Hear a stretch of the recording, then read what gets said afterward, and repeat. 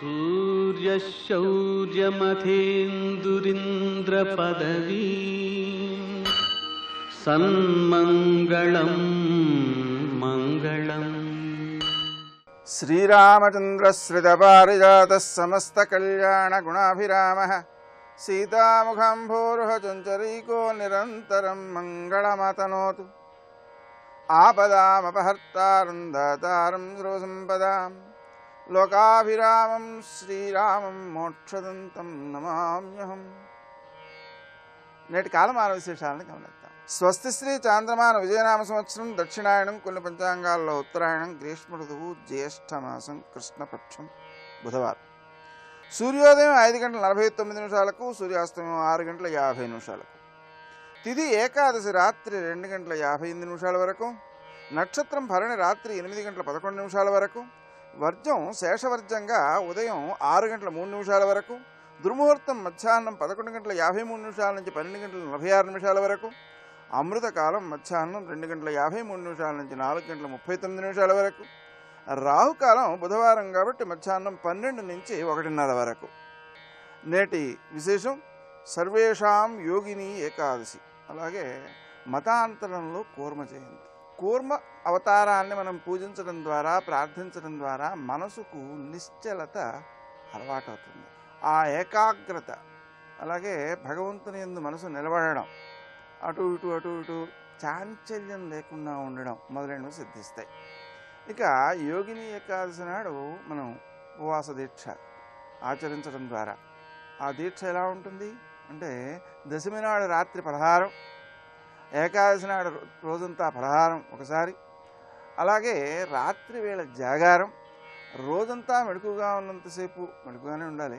అలా ఉన్నంతసేపు కూడా భగవంతుని యొక్క నామస్మరణతో ఉపవాసం అంటే భగవంతుని యొక్క సమీపమునందు మనసును నిలబెట్టుట అనేటువంటి కార్యక్రమాలను నెరవేర్చడం, ద్వాదశి విడిపోకుండా పారణ చేయడం, ఆ తర్వాత రోజంతా ద్వాదశి నాడు నిద్రపోకుండా ఉండగలగడం, రాత్రి వేళ మళ్ళీ ఫలహారం చేయడం, ఈ కార్యక్రమం అంతా కలిపితే ఏకాదశి వ్రతం పూర్తవుతుంది. దాన్ని ఆచరించడం ద్వారా మనసు యొక్క స్వచ్ఛత పెరిగి, ఏకాగ్రత పెరిగి, ఆ భగవంతుని యందు మనసును లగ్నం చేసేటువంటి శక్తిని పెంపొందించుకునే అవకాశం ఏర్పడుతుంది. భక్తి పెరుగుతుంది. అదేవిధంగా పరిపూర్ణమైన శారీరక, మానసిక ఆరోగ్యములు బాగుంటాయి. ఆ రకమైనటువంటి విధానం వలన ఏకాదశి వ్రతాచరణ చాలా చాలా మంచిది. నేటి ఆణిముత్యాలు.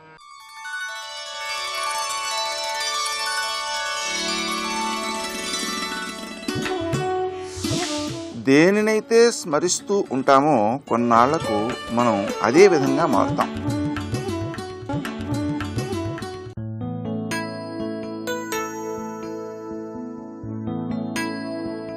జీవితాన్ని సంపూర్ణంగా అనుభవించగలిగితే కర్మావశేషాలని పూర్తిగా అనుభవించినట్లే.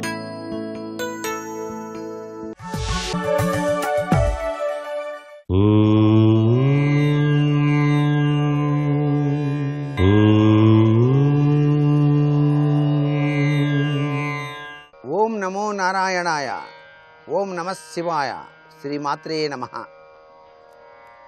మేఘశ్యామం పీతకోశీయవాసం శ్రీవత్సాంకం కౌస్తుభోద్భాసితాంగం అని చెప్పేసి ఆ విష్ణుమూర్తిని మనం ప్రార్థన చేస్తూ ఉంటాం. దక్షిణావృత శంఖం అని చెప్పేసి ఉన్నది. ఆ దక్షిణావృత శంఖం ఎంతో పరమ పవిత్రవంతమైనదిగా మనకు శాస్త్రాల్లో చెప్పారు. ఆ శంఖాన్ని ఎప్పుడూ కూడాను మనం పూజా మందిరంలో ఉపయోగించేటప్పుడు నీటిలో ముంచకూడదు. ఆ శంఖంలో పరమ పవిత్రవంతమైనటువంటి గంగా, యమున, సరస్వతి మొదలైనటువంటి కృష్ణ, కావేరి, తుంగభద్ర ఇటువంటి పరమ పవిత్రవంతమైనటువంటి నీటిని ఆ శంఖంలో ఉంచి దానిపైన గంధం చక్కగా బొట్టు పెట్టి పుష్పాన్ని ఉంచి నమస్కృతాంజలి కనుక ఘటించినట్లయితే సాక్షాత్తు విష్ణుమూర్తి యొక్క అనుగ్రహ కటాక్ష వీక్షణాలు ప్రతి ఒక్కరూ కూడాను అనుభవించి తీరతారు సుమా.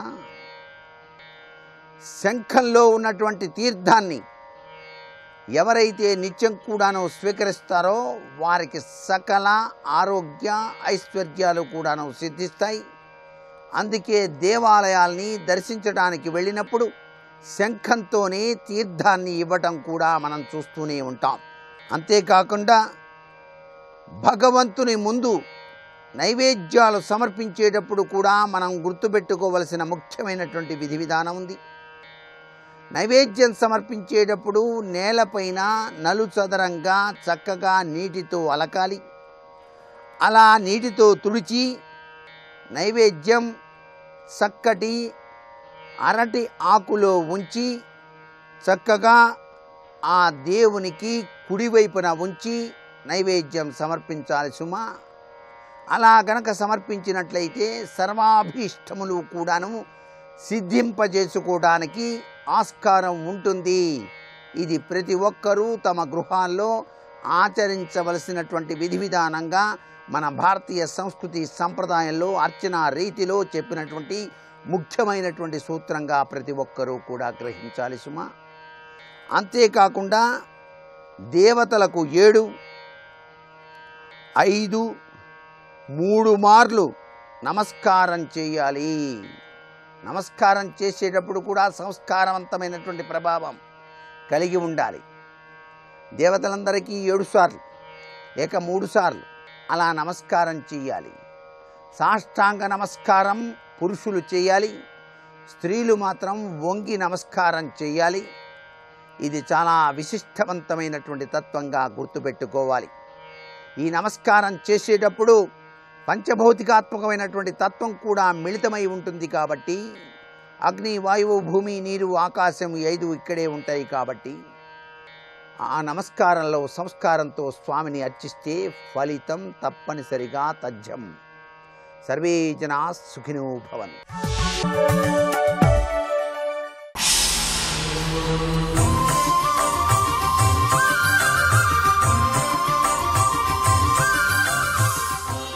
శతక సాహితీ సరస్వతికి నమస్కారం. ఏ విధమున చూచినను వృధాయైన ఈ సృష్టితోచు ఆవల నీవన్న ఈ శూన్యమంగీకరింపనేవలే. ఇంత వైయర్ధ్యమెందుకో దీనికి వేళ వేములవాడ రాజరాజేశ్వర స్వామి. ఓ వేములవాడ రాజరాజేశ్వర స్వామి, ఏ విధమున చూచినను వృధాయైన ఈ సృష్టితోచు, ఈ సృష్టి అంతా కూడా ఆవల నీవన్నా, ఈ సృష్టి వెనుకాల పరమేశ్వరుడున్నాడు. ఈ ప్రకృతి అంతా కూడా, ఈ కనిపించే దృశ్యమంతా ప్రకృతి. ఈ ప్రకృతికి వెనుకన ఉండేవాడు పరమేశ్వరుడు అన్నదే నిజమైనట్లయితే శూన్యవాదులు, నాస్తికులు కూడా ఇది ఏది కూడా పరమేశ్వరుడు కాడు, దైవం అనేది లేదు, ఇది కేవలం మీ విశ్వాసం అని వాళ్ళు చెబుతున్నారు. వాళ్ళు చెబుతున్నదే నిజమని మేము కూడా ఒప్పుకోవాల్సి వస్తుందయ్యా. ఈ కనిపించేదంతా కూడా నీవు కాకుండా ఇది ప్రకృతి అయి దీని వెనుకనే నీవు ఉండేటట్లయితే ఈ శూన్యమంగీకరింపనేవలే. ఇదంతా శూన్యము అని శూన్యవాదులు చెప్పేదే అంగీకరించవలసి వస్తుంది. ఇంత వైయర్ధ్యమెందుకో దీనికి వేళ. ఇన్ని రకములైనటువంటి వాదోపవాదాలు, ఇన్ని భిన్నత్వములు, ఇవన్నీ ఎందుకయ్యా ఇంకా ఈ ప్రకృతిలో? దీనికి వేళ, మళ్ళీ దీనికి ఆ ప్రకృతికి వెనకన ఉండేటువంటి నీవెందుకు? ఎదురుకుండా ఉండేటువంటి దీని గురించి మాట్లాడకుండా ఈ ప్రతి దృశ్యములోనూ నిన్ను చూస్తూ నీ తత్వమును గురించి మాట్లాడకుండా దీని వెనుకన ఉన్న నీ గురించి మేము మాట్లాడుకునేటట్టయితే నీవు ఏ ప్రకృతికి వెనకాల ఉన్నావో అక్కడ ఉన్న నిన్ను తీసుకొచ్చి ఇక్కడ మేము మాట్లాడటం ఎందుకు? దీనికి వేళ, దీనికోసం మళ్ళీ నువ్వెందుకయ్యా? దీంట్లో ఉన్నవాడివైతే నీ గురించి మాట్లాడుకోవచ్చు. ఈ సృష్టిలో కనిపించేటువంటి వాటిల్లో నీవు లేకుండా వాటికి వెనుకన నీవు ఉండేటట్టయితే ఈ కనిపిస్తున్నటువంటి వాటిల్లో ఉన్న మేము నిన్ను ఇక్కడికి తీసుకొచ్చి మాట్లాడటం ఎందుకు? ఈ వాదోపవాదాలు, తర్కాలు ఇవన్నీ ఎందుకయ్యా అంటూ పరమేశ్వరుణ్ణి చమత్కారంగా నిలదీస్తూ తాను ప్రతి అణువులోనూ కూడా పరమేశ్వరుణ్ణే దర్శించాలని, అలా దర్శించే సాధనలో ప్రతి అణువులో కూడా తనకు కనబడమని, ఆ దర్శనాన్ని కలిగించమని చెబుతూ ఆ ప్రకృతి యొక్క తత్వాన్ని, పరమేశ్వరుని తత్వాన్ని క్షుణ్ణముగా అర్థం చేసుకుని చక్కని వైరాగ్య భావనలతో, వేదాంత భావనలతో, తెలుగు పలుకుబడులతో గొప్ప శతకాన్ని వ్రాసి మనకు అందించిన కవి సమ్రాట్ విశ్వనాథ సత్యనారాయణ గారి వేములవాడ శతకంలోని కొన్ని పద్యాలను గురించి ఈరోజు వరకు తెలుసుకున్నాం. రేపు మరి ఒక శతకం గురించి తెలుసుకుందాం. ఓం నమ శివాయ. అదివో అల్లదివో శ్రీహరివాసము 10,000 శేషుల పడగలమయము.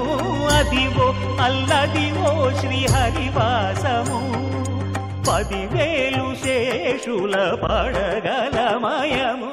శ్రీ శేషశైల సునికేతన దివ్యమూర్తే నారాయణాచ్యుత హరే నలినాయతాక్ష లీలాకటాక్ష పరిరక్షిత సర్వలోక శ్రీ వెంకటేశ మమ దేహి కరావలంబం.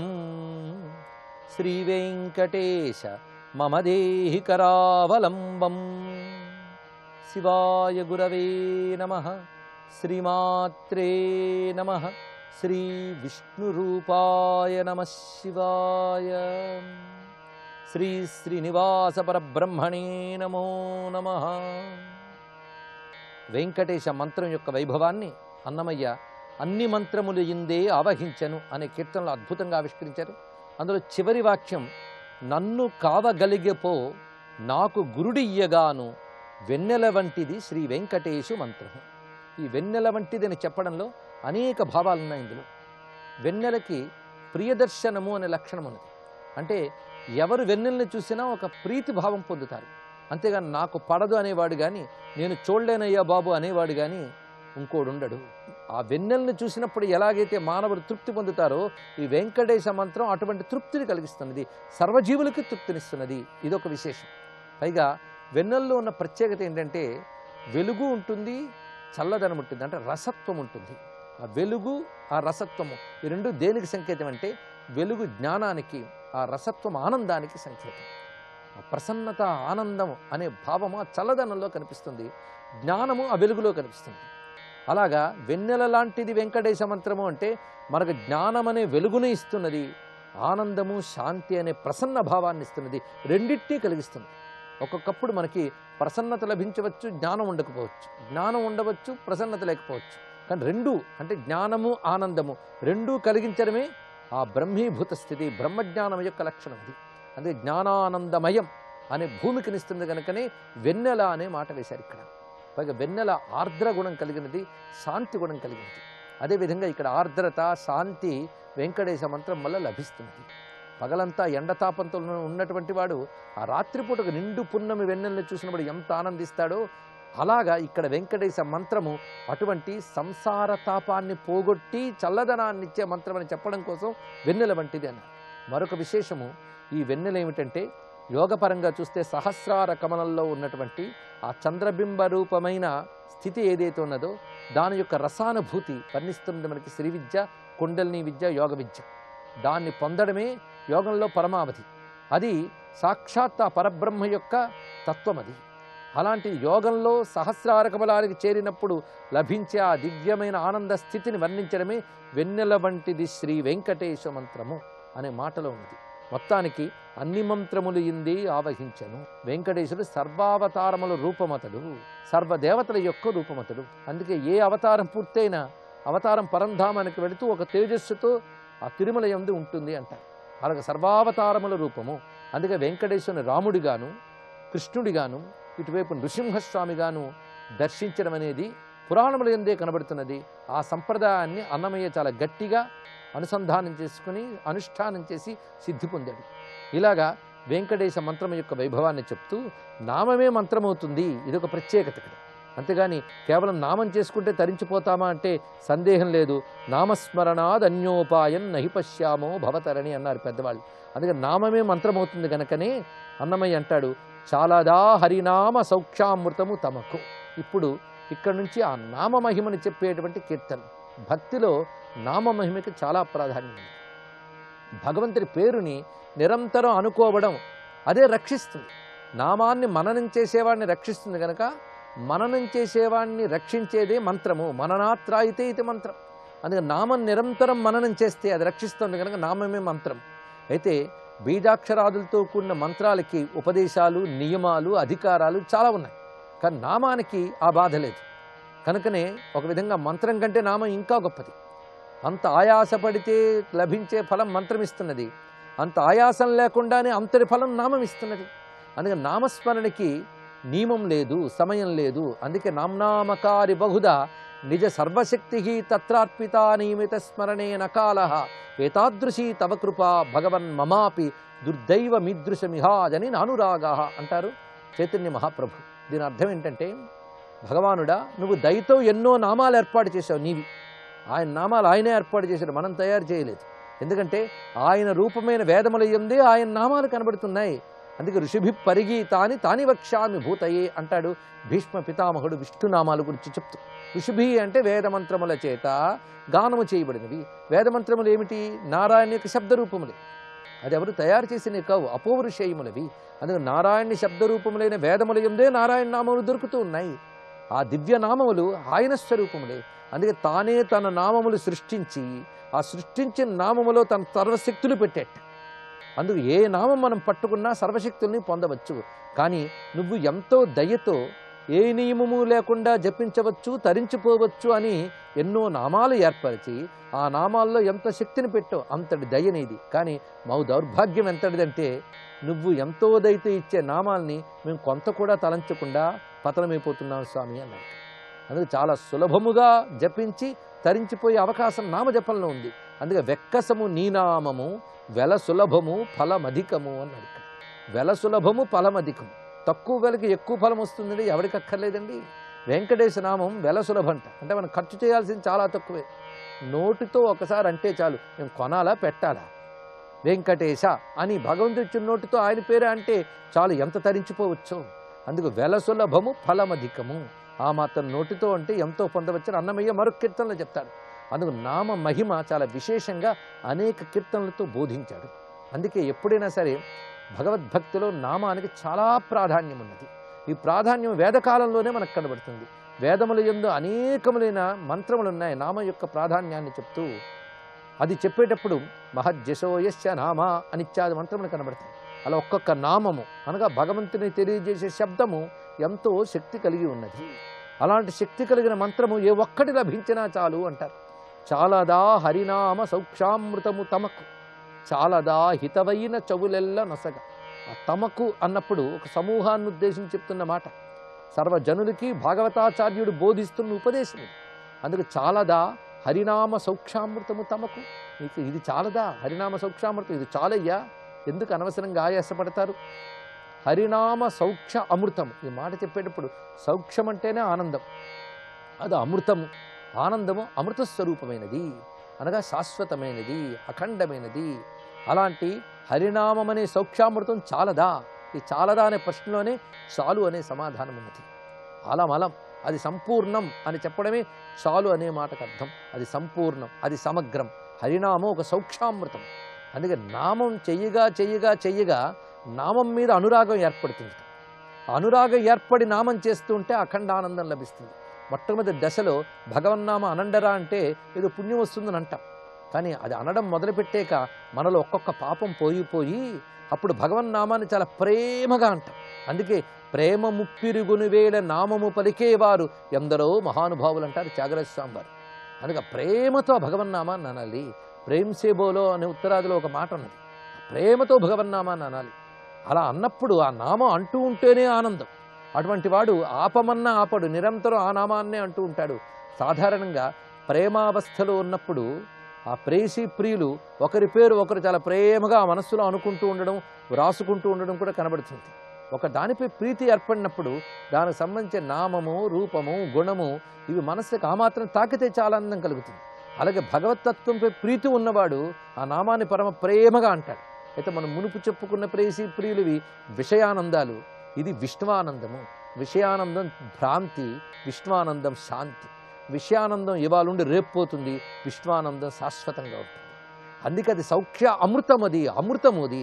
అందుకే హరినామ సౌఖ్యామృతము తమకు చాలదా, చాలదా హితవైన చవులెల్ల నొసగా. తర్వాత మాట చాలా గొప్పగా అన్నాడు, హితవైన చవులెల్ల నొసగా. చవి అంటే రుచి. రుచి అంటే నోటితో పొందేదే కాదు, మనకు ప్రీతి కలిగించే ప్రతిదీ రుచే. కొన్నివి వినడానికి రుచిగా ఉంటాయి, కొన్ని అనడానికి రుచిగా ఉంటాయి, కొన్ని తినడానికి రుచిగా ఉంటాయి, కొన్ని పట్టుకోవడానికి రుచిగా ఉంటాయి. కొన్ని స్పర్శానందాలు, కొన్ని శ్రవణానందాలు, కొన్ని వాగానందములు, ఇలా రకరకాల ఆనందాలు ఉంటాయి. అన్ని ఆనందాలు ఇవ్వగలిగే శక్తి హరినామానికి ఉన్నది. అయితే ఆనందాలన్నీ హితం కలిగించకపోవచ్చు లోకంలో. కొన్ని కొన్ని పదార్థాలు చూస్తే తినాలనిపిస్తుంది, అది రుచి, కానీ తింటేకి ప్రమాదాలు వస్తూ ఉంటాయి.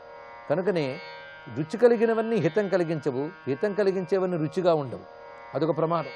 ఒంటికి కొన్ని జబ్బులు కలిగినప్పుడు కాకరకాయ రసం చాలా హితం, కానీ రుచి ఉండదే, ఏం చేస్తాడు? హితం గనక తాగాల్సిందే కానీ రుచి అని తాగలం. కానీ భగవన్నామం అలాంటిది కాదు, అది రుచి కూడా అదే, హితం కూడా అదే. అంతేకాదు మనకి హితమైన రుచినిస్తుంది. ఇది చాలా చక్కటి మాట. ఏది హితం కలుగుతుందో అలాంటివి మనకు ప్రీతి కలిగేలాగా అందిస్తుంది. కానీ హితమైనవి, రుచి కలిగించేవి అంటే ఆనందం కలిగించేవి, మేలు కలిగించేవి, ఆనందం కలిగించేవి, రెండిటినీ ఇవ్వగలిగే శక్తి హరినామానికి ఉన్నది. కనుకనే చాలదా హితమైన చవులెల్ల నొసగా అని తర్వాత మాట చెప్పాడు. ఒక్క పల్లవిలోనే అద్భుతమైన భావం అందించాడు. చాలదా హరినామ సౌఖ్యామృతము తమకు, చాలదా హితమైన చవులెల్ల నొసగా. ఇది ఒకటి హరినామమింతైన చాలదా, చెదరికి జన్మముల చెరలు విడిపించ, మదినొకటి హరినామ మంత్రమది చాలదా, 10,000 నరక కూపముల వెడలించ. ఇక్కడ ఈ చరణములన్నీ ఏదో తేలిగ్గా అర్థమైనట్టు కనిపిస్తాయి, కానీ భావాలు మాత్రం చాలా పకడ్బందీగా సమకూర్చాడు ఇక్కడ అన్నమాచార్య. ఇది ఒకటి హరినామమింతైన చాలదా. ఒకటి అని చెప్పడంలో విశేషం ఏంటంటే, భగవన్నామములు ఎన్నో ఉన్నాయి, అందులో ఏ ఒక్కటి పట్టుకున్నా తరించిపోతాం. అందుకు ఒకటి అని చెప్పడంలో ప్రత్యేకత. అది చాలదా, చెదరక ఈ జన్మముల చెరలు విడిపింప. ఈ మాటలో ఉన్న విశేషాన్ని రేపు పరిశీలిద్దాం. సర్వం శ్రీ వెంకటేశ చరణారవిందార్పణమస్తు. ఓం ఆంజనేయాయ నమః. ఓం ఆంజనేయాయ నమః. బుద్ధిర్బలం యశోధైర్యం నిర్భయత్వమరోగత.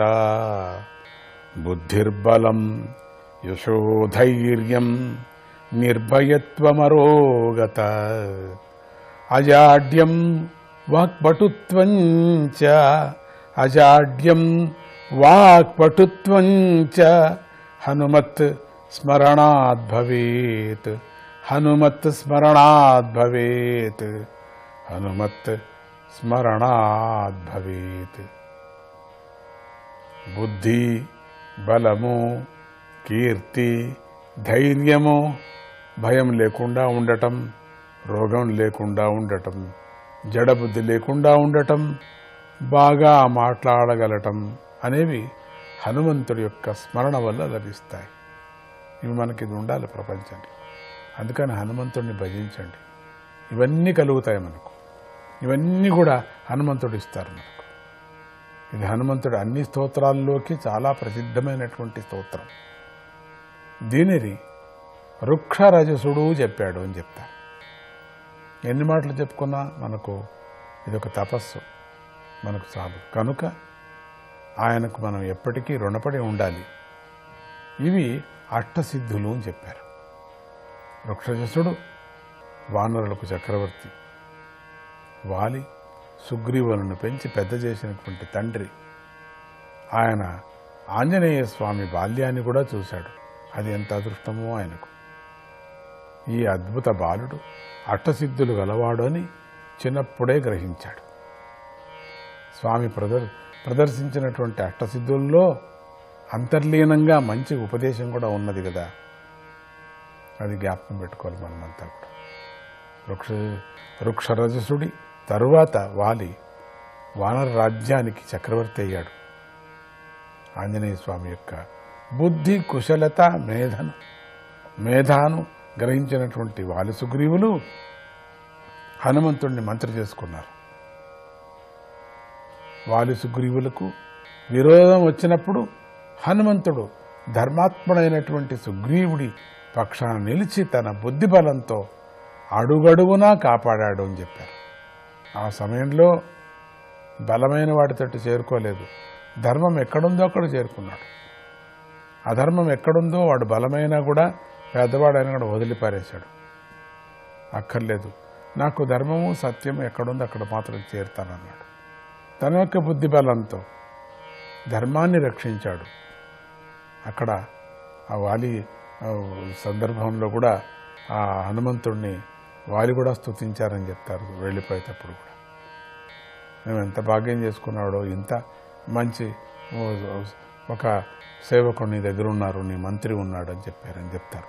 అట్లా తాను ఛాయాగ్రాహిని ఎదుర్కొన్నప్పుడు కూడా, ఆపత్తు సమయాల్లో కూడా బుద్ధిబలంతో ఎలా గట్టెక్కాలో మనకందరికీ తెలుసు కదా కథ. ఎంత సూక్ష్మంగా అయ్యాడు, ఎంత ఆకారం పెంచుకున్నాడు, మళ్ళీ ఎంత కొంతమందిని ఎట్లా చంపేశాడు, కొంతమందికి ఏ విధంగా ఆదరించాడు, ఆశ్చర్యపరిచాడు. మనకు ఆ కథలో మనకు తెలుస్తుంది కదా. సుందరకాండం ఎంత అద్భుతమైందో. ఆయన బలం అసామాన్యమైనటువంటిది, ఏదో సామాన్యం కాదు. అది వర్ణన చేయటానికి వీలైనటువంటిది. అసలు ఇటువంటి వర్ణన చేయటానికి వీలే లేదు. ఎంతోమంది బలమైనటువంటి రాక్షసులను రూపుమాపింది ఆయన యొక్క బలం, ఆయన యొక్క యశస్సు. కేవలం ఒక తోక అన్నాం, కొంత సందర్భాల్లో తోకనే పొగడుకున్నాం, కొన్ని సందర్భాల్లో భుజాల్ని పొగిడాం, కొన్ని సందర్భాల్లో ఆయన ముఖాన్ని పొగిడాం, కొన్ని సందర్భాల్లో ఆయన కరుణా నేత్రాలని మనమంతా పొగిడాం, కొన్ని సందర్భాల్లో హృదయంలోనే రామలక్ష్మణుల పూర్ణమైన రామసీతలను పెట్టుకున్నటువంటి ఆ దృశ్యం కూడా మనం చూసుకున్నాం. భూలోకంలోని దశకంఠ రావణాసురుణ్ణి దడదడలాడించినటువంటి ఆ రూపము కదా అని చెప్పచ్చు. ఆకాశంలో దడదడ ఆడించాడు. ఇక పాతాళంలోనేటువంటి మైరావుణ్ణి కూడా మట్టిలో కలిపింది ఆ రూపమే కదా. మామూలుగా భూలోకంలో తిరిగేటువంటి వాడిని చంపేసి పారేసింది రావణాసురుణ్ణి. అట్లనే ఇంకా పైన ఆకాశంలో ఉండే రావణాసురుని చంపింది. మరి పాతాళంలో ఉండే ముగ్గురు రావణాసురులు, ఈ ముగ్గురు రావణాసురులను కూడా హతమార్చినటువంటి రూపం కదా ఆంజనేయుడి రూపం. ఓం నమో హనుమతే నమః.